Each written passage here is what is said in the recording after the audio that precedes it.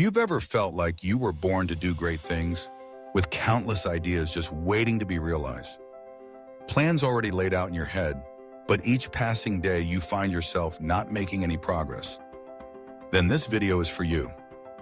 You may have spent hours thinking about a glorious future, picturing yourself succeeding, completing tasks, living your dreams, but instead of getting to work, you open another entertainment video, or you tell yourself you'll do it tomorrow. Tomorrow comes, and you're still at the starting line. Sound familiar? Even more frightening, you're not even lazy. In your mind, you have a passion for learning, you have direction, you even read books, listen to podcasts, and participate in all sorts of courses. But your main work, the actual actions that bring you closer to your dreams, you keep avoiding. Each time you start, your body feels exhausted, your brain seems to hurt, and you find excuses to procrastinate. But wait, you're not alone, and the truth is even more surprising. Many people still think procrastination is a sign of laziness, a lack of determination, a lack of passion. But in reality, it's a self-defense mechanism of the brain. It's not a mistake, but an instinctive reaction, avoiding things that make you feel overwhelmed. And in many cases, the big dream, the thing you most want to achieve, is the very thing that makes you feel the heaviest. Because it's too far from reality, too many steps, too little time, and you're too exhausted. But here's the lifeline. You don't need 200% energy. You don't need to overhaul yourself immediately. You just need a small trigger. Laziness isn't really the nature of your character. It's a habit that can be reprogrammed. Your brain doesn't need anything grandiose immediately. It just needs a safe signal to start. The question is, how do you turn on that switch? The answer comes from 3 small strategies, but they will completely change the way you act every day. The first strategy, break down goals, minimize expectations. You've heard the saying, Rome wasn't built in a day, so why are you forcing yourself to write an entire book, learn English, or launch a brand in just a few evenings? The problem is that our brains hate ambiguity and overload. When you say, I'm going to write a novel, your brain immediately reacts, this will take years, I'm not good enough, I don't have time. Then you open Facebook, turn back.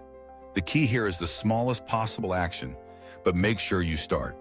Write 1 sentence a day, play 1 box of guitar, read 1 page of a book, just 1.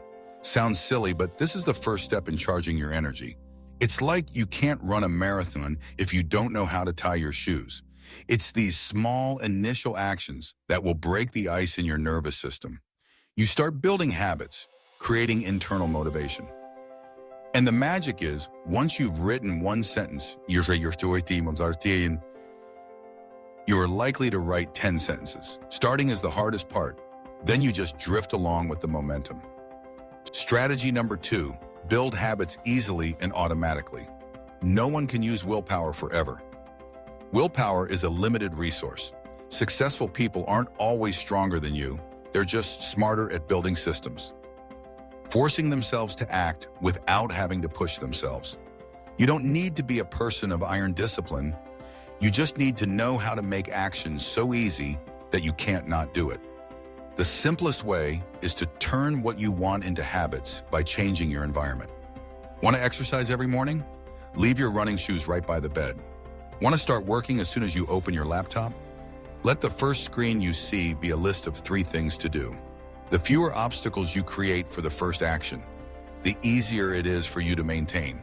In other words, don't create motivation or eliminate resistance. Strategy number 3, the 2-minute rule to overcome initial resistance. This is a tip from James Clear, author of the famous book Atomic Habits.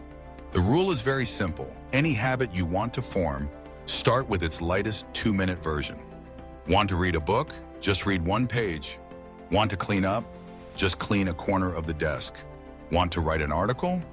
Just open the document and write a line. The important thing is that you create a signal for your brain that this is not scary. The easier the action is to start, the more chance you have to maintain it. I have also applied this rule to overcome procrastination in my work. I wanted to write a post sharing personal experiences, but always felt it was so complicated. Finally, I tried setting the rule. Just write 100 words a day, tell some anecdotes, and it's okay. And now, not only articles, I have turned those articles into videos, and that's my YouTube channel. And if you're thinking whether these small actions are enough to achieve great success, here's the answer. Muscles are built with each light lift. Habits are created from ordinary days.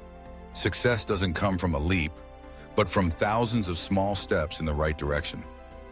Each time you start, even if it's just 2 minutes, you're training your brain that I am a person who can take action. We haven't even talked about rewards. A very good trick that I want you to try is to reward yourself right after completing the first step. The brain likes dopamine, and you can leverage that to build a positive reflex.